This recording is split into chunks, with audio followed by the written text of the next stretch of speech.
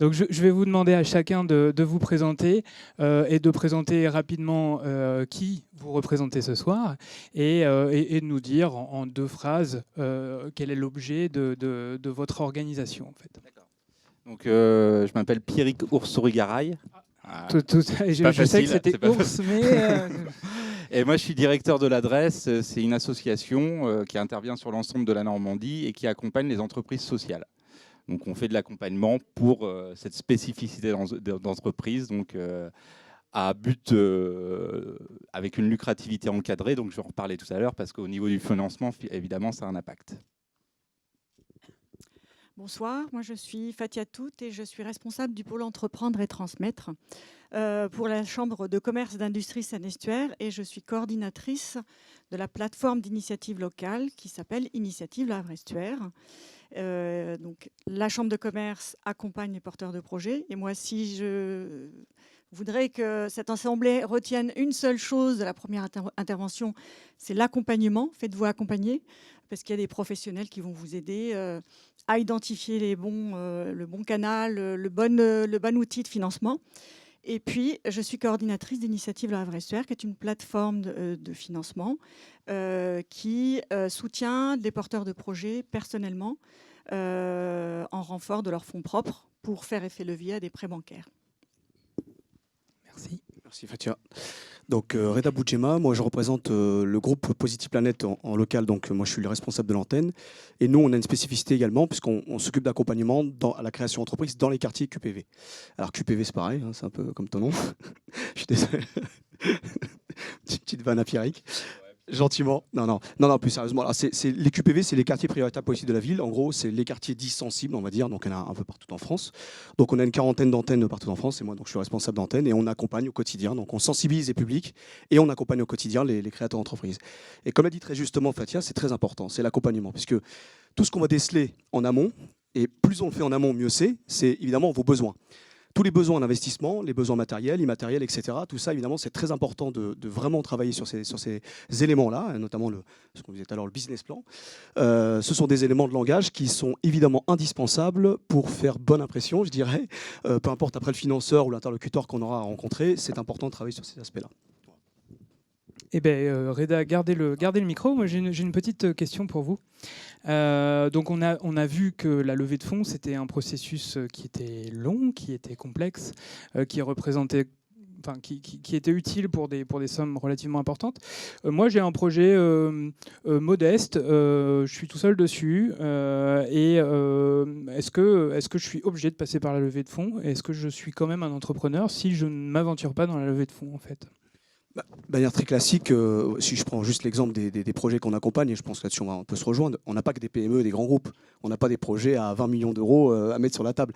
On a aussi évidemment ce qu'on appelle les très petites entreprises, donc évidemment des entreprises à taille humaine et pour lesquelles il y a des solutions financières. Tout à l'heure, on a soulevé la question du microcrédit, très intéressant, parce qu'évidemment c'est adapté pour des personnes qui ont un petit projet avec un petit investissement. Voilà le genre d'outils financiers qu'on peut mettre en place.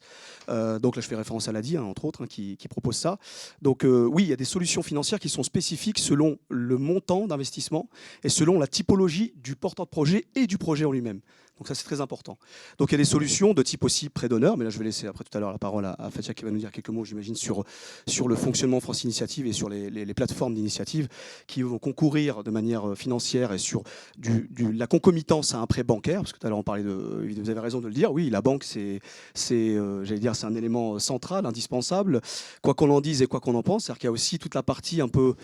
C'est d'ailleurs l'un des travaux qu'on fait nous au quotidien sur le terrain, c'est de casser un peu les tabous, les représentations, les paradigmes, enfin tous les clichés qu'on peut trouver sur les sources de financement et notamment sur les banquiers en disant « Ah, mais je ne serai jamais prêt, ah, mais je ne corresponds pas au profil, etc. etc. » Donc tout ça, c'est un travail, comme je disais tout à l'heure, qui se fait en amont. Et la banque est un des interlocuteurs majeurs sur les projets qu'on accompagne au quotidien. Le microcrédit, c'est plutôt des personnes qui n'ont pas forcément accès au crédit bancaire classique et qui vont se tourner sur des solutions adaptées. Voilà. D'accord, merci beaucoup. Alors, je précise justement, parce que Reda, vous faisiez référence à la banque, on devait avoir Julien Bellavoine de BNP, et malheureusement, il a eu un empêchement de dernière minute, il vous prie de s'en excuser. Fatia, je me tourne vers vous.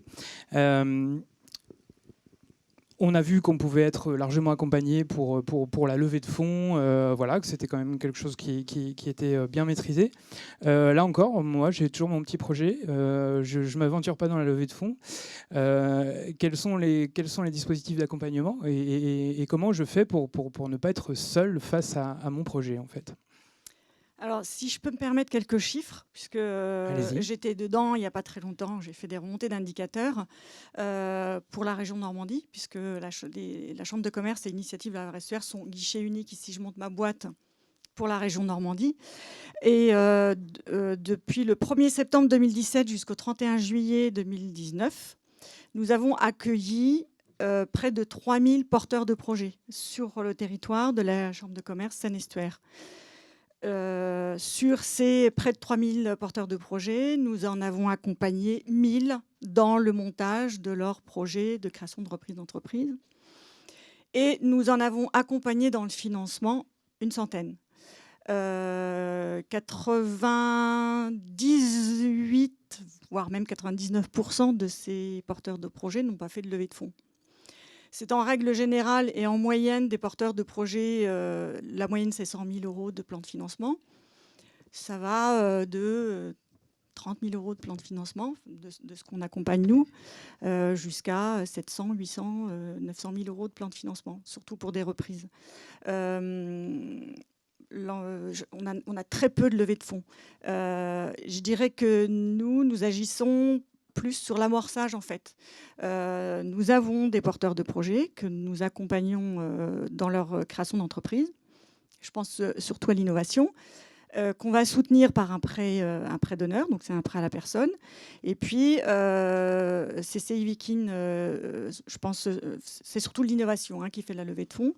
Notre service CCI Viking va les accompagner dans leurs premières années d'activité, enfin les premiers mois. Et puis ensuite, il y aura une levée de fonds si le projet est ambitieux, s'il nécessite des financements, etc. Mais la majorité des projets que nous accompagnons sont des projets, je ne dirais pas des petits, mais des projets ordinaires. C'est la reprise d'un restaurant, la création d'un food truck, c'est la reprise d'un commerce. Alors, il y a aussi, on a des projets de reprise d'entreprises en B2B. Donc, je vous dis, ça peut aller jusqu'à 700, 800 millions d'euros de chiffre de plan de financement. Donc, on a du prêt d'honneur. On a instruit pour la région Normandie ce qu'on appelle le coup de pouce, qui est une subvention. Le prêt d'honneur, ça va être du prêt à la personne. Et comme je vous le disais tout à l'heure, l'objectif, c'est vraiment de venir renforcer votre fonds propre. Vous allez voir votre banquier, parce que souvent, c'est comme ça que ça se passe. Vous allez voir votre banquier, vous lui dites, voilà, j'ai tel apport, j'ai tel projet. Et votre banquier va vous dire, attendez, votre rapport est un peu juste. À ce moment-là, il va vous dire, allez voir peut-être la plateforme Initiative Locale ou allez voir le réseau Entreprendre. Et donc, vous allez venir nous voir et donc, on va étudier votre projet. Et en fonction de votre projet, on va vous proposer de vous faire un prêt d'honneur, un prêt à taux zéro. Ce sont des prêts à la personne. Et l'objectif étant de renforcer votre apport. Donc le banquier va le traiter, va le considérer comme de l'apport. Donc on va renforcer votre apport pour pouvoir aller lever un prêt bancaire, pas faire de la levée de fonds, mais aller lever un prêt bancaire important. Donc voilà, ce sont des prêts qui sont donc c'est des prêts d'honneur. On vous les prête sur l'honneur. Il n'y a pas de garantie. Ce sont des prêts qui sont garantis par BPI. Et puis, en cas de défaillance de l'entreprise, en règle générale, on fait appel à la garantie BPI et le porteur de projet, s'il est de bonne foi, on ne va pas lui demander le reste. Donc, vous voyez, ce sont des prêts très souples. C'est à la personne, c'est sur l'honneur. On ne va pas vous demander de garantie, de mentir. Alors, Initiative La Estuaire fait des prêts de 3 000 à 15 000. Alors, on va de plus en plus jusqu'à 30 000. Et là, nous avons créé, la Chambre de commerce a créé un fonds qui s'appelle Femmes Challenge Fund. Et c'est un prêt qui va de 50 000 à 100 000 euros, toujours en prêt d'honneur, et qui vise à accompagner des porteuses de projets qui ont des projets plus ambitieux, souvent de la reprise, parce que les femmes ont beaucoup de difficultés à lever du prêt bancaire. et que effectivement la reprise d'entreprise nécessite beaucoup de fonds. Donc là, on a créé ce fonds, on a fait notre premier prêt il y a quelques semaines. Et donc là, on est sur des prêts beaucoup plus importants. Merci beaucoup. Voilà. Pierrick, mon projet, finalement, je veux l'ancrer dans le champ de l'ESS, donc de l'économie sociale et solidaire. Déjà, est-ce que vous pourriez nous caractériser un petit peu ce qu'est un projet dans l'ESS? Et puis, existe-t-il des dispositifs ou des financements spécifiques à ce secteur? Oui, alors déjà, j'ai parlé de l'entrepreneuriat social. C'est dans l'économie sociale et solidaire. Donc, dans l'entrepreneuriat social, en gros, on a 4 piliers. C'est des projets à finalité sociale ou environnementale. Donc, le but de l'entreprise est de faire du bien à la société ou à l'environnement. Donc, il va tourner son projet vers cet objectif. Donc, ça, c'est vraiment le premier pilier. Derrière, c'est des entreprises. Donc, ils ont un modèle économique qui est viable et pérenne. Et puis, il y a 2 valeurs de l'ESS. C'est des projets collectifs avec une gouvernance partagée et démocratique. Et c'est des projets aussi à lucrativité encadrée. Alors là, je vais revenir sur la lucrativité encadrée parce que forcément, ça a un impact sur la finance. La lucrativité encadrée, ça ne veut pas dire qu'on ne peut pas faire de bénéfices. Ça veut juste dire qu'on va redistribuer équitablement les bénéfices dans l'entreprise. Donc, on va les redistribuer dans le projet, aux salariés, voire aux bénéficiaires. Donc ça a forcément un impact parce qu'en termes d'investissement, il faut trouver des investisseurs solidaires qui ne veulent pas forcément faire une grosse rentabilité sur leur investissement puisque la rémunération du capital sera forcément limitée. Donc ça, c'est vraiment important à penser quand on est dans un projet d'ESS. On fait un projet pour la société et donc on ne fait pas un projet pour gagner 150 fois plus que son salarié qui a le plus bas salaire. Donc ça, c'est vraiment important. L'investissement, il a vraiment un sens dans le projet. Il n'est pas pécunier. Donc du coup, c'est un peu plus compliqué pour les entreprises sociales de trouver des investisseurs. Mais heureusement, il y en a beaucoup, de plus en plus, donc des investisseurs solidaires. Il y a aussi de plus en plus de plateformes de financement solidaire, que ce soit dans l'épargne salariale ou dans d'autres types de financement. Et puis, on a un acteur qui s'appelle France Active Normandie, qui est vraiment l'opérateur national du financement de l'ESS, qui lui a tout un tas de garanties, de fonds d'amorçage, de prêts bancaires, enfin de garanties sur prêt plutôt, qui va permettre justement à ces structures de l'économie sociale et solidaire, en lien, en partenariat avec les banques, de pouvoir se financer. Donc on a des levées de fonds, on a aussi des plateformes spécialisées sur les levées de fonds pour l'ESS, mais voilà, on a aussi déjà tout un tas d'opérateurs et vraiment France Active Normandie, c'est vraiment l'opérateur financier de l'ESS. D'accord, merci beaucoup. Je me tourne vers la salle. Est-ce que certains d'entre vous souhaiteraient poser une question ou faire un petit retour? Le monsieur là-bas, il a déjà beaucoup parlé. Y a-t-il d'autres personnes qui auraient une question à poser? Bon, du coup, je vais passer le micro à Jérôme, au monsieur là-bas. Voilà. Alors, on lui a coupé le micro.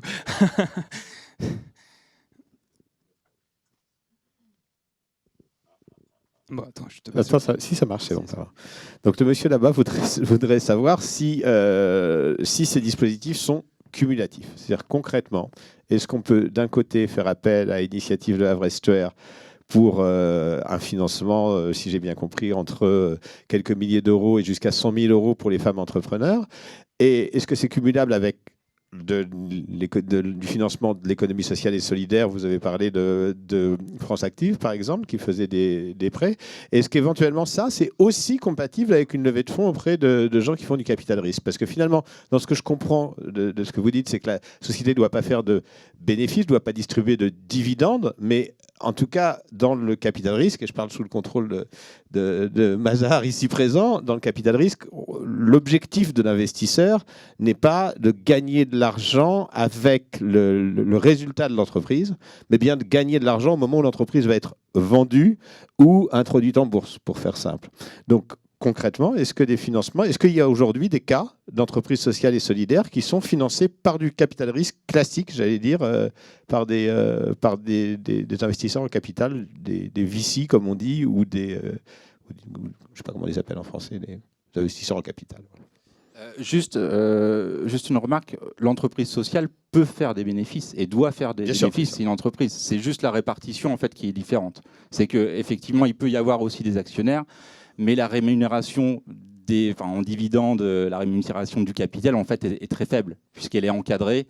Elle est encadrée soit dans la charte des valeurs de l'entreprise, soit même par la loi pour les sociétés coopératives. Donc ça limite forcément. Après, pour répondre à votre question sur le capital risque, je ne sais pas. Je suis désolé. C'est une bonne réponse. Oui. Alors, moi, je vais vous dire qu'est-ce qu'on peut cumuler ou pas. Alors déjà, donc, il existe des prêts d'honneur, il existe une subvention coup de pouce. Et la région Normandie a mis en place un prêt qui s'appelle Défi. Donc c'est un prêt à taux zéro. Alors, déjà, ce sont des outils qui aident à l'amorçage. C'est dans un deuxième temps qu'on va penser à la levée de fonds, et c'est compatible. Donc déjà, ça, c'est bon. Qu'est-ce qu'on peut cumuler? On peut cumuler un prêt d'honneur avec un coup de pouce. On ne peut pas cumuler un prêt d'honneur avec un prêt défi. Et on peut cumuler un prêt d'honneur avec un prêt réseau entreprendre. Donc, et on peut cumuler un prêt coup de pouce avec un prêt réseau entreprendre, mais Nathalie vous en parlera mieux que moi. Il y a de l'argent. Mais voilà, on peut cumuler, et je dirais même qu'on peut cumuler. On a des conventions avec certaines banques pour du prêt à taux zéro, et on peut cumuler des prêts à taux zéro avec certaines banques, avec du prêt d'honneur, avec du coup de pouce, et le tout cumulé avec de la garantie. Alors concrètement, est-ce que ce type de financement, sans remplacer, on va parler un tout petit peu chiffres, sans remplacer une levée de fonds, j'allais dire, d'amorçage qui serait autour, mettons, de 600 000 euros ou de 800 000 euros pour un projet déjà relativement ambitieux, est-ce qu'avec ce système, j'allais dire, de financement en cascade et d'effet de levier en cascade, c'est-à-dire, je récupère 50 000 euros sur un premier dispositif qui me permet derrière d'en emprunter 100 000, donc du coup j'en ai 150 000, avec ça je peux éventuellement doubler la mise auprès d'un autre organisme, et à combien aujourd'hui, avec ce type de dispositif, quel est le montant, j'allais dire, entre guillemets, maximum auquel je vais pouvoir arriver avant d'être obligé, j'allais dire, finalement, de passer à la levée de fonds classique et là, d'aller vraiment frapper à la porte des gros méchants qui vont me prendre de mon capital? Alors, tous ces prêts sont plafonnés. Le coup de pouce, il est plafonné au montant de votre plan de financement. Il n'est pas ouvert à tous les projets. Coup de pouce, il faut faire en création, il faut avoir un plan de financement inférieur à 54 000, à 90 et on est en reprise. Donc, c'est vraiment des micro-projets. Le prêt d'honneur, il est plafonné. C'est plafonné. Aujourd'hui, on va jusqu'à 30 000. Et le prêt Femme Challenge Fund, il est plafonné à 100 000. Donc je dirais que vous avez un apport, si je pense à une femme qui souhaite reprendre, faire une reprise d'entreprise. Elle a un plan de financement supérieur à 500 000 euros. Elle vient, nous sollicite, on lui verse, on l'aide à hauteur de 50 000. Ensuite, avec ces 50 000, ces 50 000 plus son apport vont lui permettre. On a un effet levier, comme je suis encore dans les stats, on a un effet levier de 10,13 aujourd'hui. Ce qui veut dire que quand on vous prête 1 euro, non, 13, j'ai dit 10, c'est 13, c'est un peu plus de 13. Quand on vous prête 1 euro en prêt d'honneur, vous arrivez à lever auprès de votre banque 13. Donc c'est effectivement... Ça, c'est les stats de 2018. C'est un levier très fort. C'est très, très fort. Ouais, pour les projets que nous accompagnons, oui. Donc, pour 1 euro prêté, vous arrivez à lever auprès des banques, parce que je vous dis, on a très peu de levées de fonds sur des business angels. Il y en a, mais c'est plus à partir d'1 an, 2 ans d'activité. Donc, pour 1 euro prêté en prêt d'honneur, vous arrivez à lever 13 en prêt bancaire. C'est très clair. Oui, c'est ce que j'allais dire pour rejoindre un peu Fatia là-dessus, c'est que la nature des porteurs de projets, une fois de plus, comme je disais tout à l'heure, ou la nature des projets qu'on accompagne, de toute façon, on n'a pas une volonté à complexifier, parce que j'y viens. Et là où je mets le bémol, c'est la complexification. C'est-à-dire que si vous complexifiez le plan de financement initial, c'est-à-dire l'amorçage du projet, avec 3 ou 4 interlocuteurs, ça vous fait des démarches à faire qui ne sont pas forcément si simples que ça. Alors effectivement, oui, on peut cumuler, ça c'est très bien, mais dans les faits, nous on le voit bien au quotidien, dans les faits, ça peut amener une complexité, c'est-à-dire que ça peut rallonger la durée, j'allais dire, d'éclosion, ou en tout cas la durée de montage et de la mise en situation, c'est-à-dire l'immatriculation de l'entreprise, parce que quand vous allez chercher des fonds à droite à gauche, mais à un moment donné, pour valider l'un, on vous demande de valider le suivant, on valide le précédent. Donc à un moment donné, il faut trouver, essayer de trouver une harmonie dans le montage financier sans pour autant complexifier. Donc comme l'a dit Fatia très justement, des fois ça suffit largement sur nos projets. C'est-à-dire un prêt bancaire, un prêt d'honneur avec toutefois peut-être quand c'est possible un coup de pouce, c'est largement suffisant pour la plupart des porteurs de projets qu'on accompagne. Sur des plans de financement effectivement initiaux qui n'excèdent pas 50 000, voire 100 000 pour certains. Donc on est quand même sur des projets bien identifiés sur lesquels il y a généralement, enfin nous, là je parle pour moi, aucune levée de fonds à l'échelle des business angels, de par la nature des porteurs de projets qu'on accompagne. Voilà. Alors, juste pour une petite précision par rapport à... Donc, avec Initiative Le Havre Estuaire, on a pas mal de conventions, notamment avec Total. Et, parce que je n'ai pas parlé de Total Développement. Donc, Total Développement fait aussi du prêt à taux zéro pour certains projets. Des projets, c'est souvent de la reprise. Ça peut être de la création, mais c'est souvent de la reprise, d'entreprises en B2B, avec un certain nombre d'emplois au démarrage.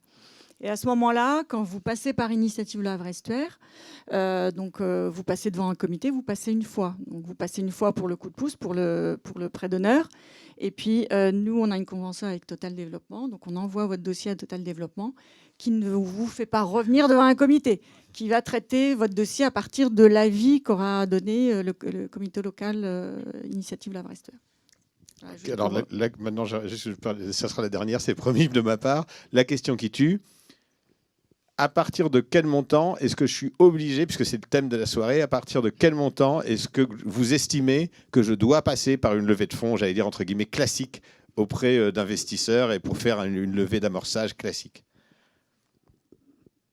C'est vraiment une question qui tue, là je suis Non, tout dépend du projet et de l'ambition du projet.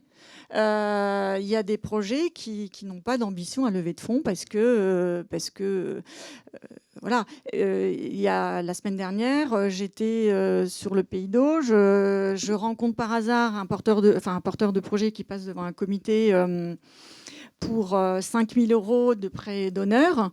Il avait un produit super innovant. Le comité lui a dit, écoutez, il faut très vite, si vous voulez développer votre projet, allez à la rencontre de business angels et faites une levée de fonds. Il faut développer votre business. Il faut tout de suite aller sur l'international. Il faut protéger. Donc voilà, c'est pas la majorité de nos projets, mais tout va dépendre de l'ambition que vous voulez pour votre projet. Et ça se construit avec l'accompagnement. Et c'est dans le cadre de votre accompagnement qu'on va dire, oui, non, mais là, il faut... oui, on va faire un prêt d'honneur, on va faire un coup de pouce pour amorcer le projet. Et puis, il va falloir aller très vite voir des financeurs, faire une levée de fonds, rencontrer les business angels, etc. C'est vraiment du cas par cas. La question ne tue pas, mais c'est vraiment du cas par cas. Et tout dépend de l'ambition que vous imaginez et que vous voyez pour votre projet. L'ambition puis le potentiel, je rajoutais, du projet. Parce que si le projet n'a pas vocation à prendre Si le projet n'a pas vocation à prendre une dimension nationale ou internationale, ça dépend aussi de la nature du projet. Alors effectivement, oui, Fatia a raison. Sur le principe, la plupart des porteurs de projets qu'on rencontre, ils sont quand même sur une volonté certaine de créer, d'entreprendre, mais en gardant une échelle humaine, c'est-à-dire de dire, moi je veux créer mon entreprise pour avoir une stabilité professionnelle, pour créer mon emploi. Hein. On est quand même c'est un peu le credo chez nous, créer ton propre emploi. Donc ils sont pas dans une logique de vouloir absolument. Moi j'ai eu le cas sur, c'est rigolo parce que je crois qu'il est passé par tous les réseaux ce monsieur-là. Ouais, je peux le dire parce que maintenant c'est officiel, mais c'est un monsieur qui voulait créer une boisson énergétique, qui était resté sur un domaine bien précis, qui était resté sur une cible bien précise, c'est un danseur hip-hop, donc qui était vraiment dans le domaine de la danse. Et quand tu arrivé à la question du dimensionnement du projet, quel dimensionnement tu donnes, il a eu tous les sons de cloche. On lui a dit, levée de fonds à 1 million d'euros pour en faire un produit industriel que tu pourrais vendre à tous les sportifs de haut niveau, peu importe la discipline. Et puis on a eu d'autres schémas ou d'autres interrogations, en tout cas interventions, en disant, non, là, il faut vraiment réduire, essayer déjà de régler la question du prototype qui coûtait 8 000 euros, qu'il a mis sur la table le monsieur en question. Donc voilà, l'appréciation, elle se fait vraiment au cas par cas et on mesure vraiment ça, à la fois le potentiel de la personne et du projet, et puis la volonté de la personne à vouloir développer et prendre une autre dimension. Eh bien, merci beaucoup à tous les trois. Je pense qu'on peut vous applaudir. Bon.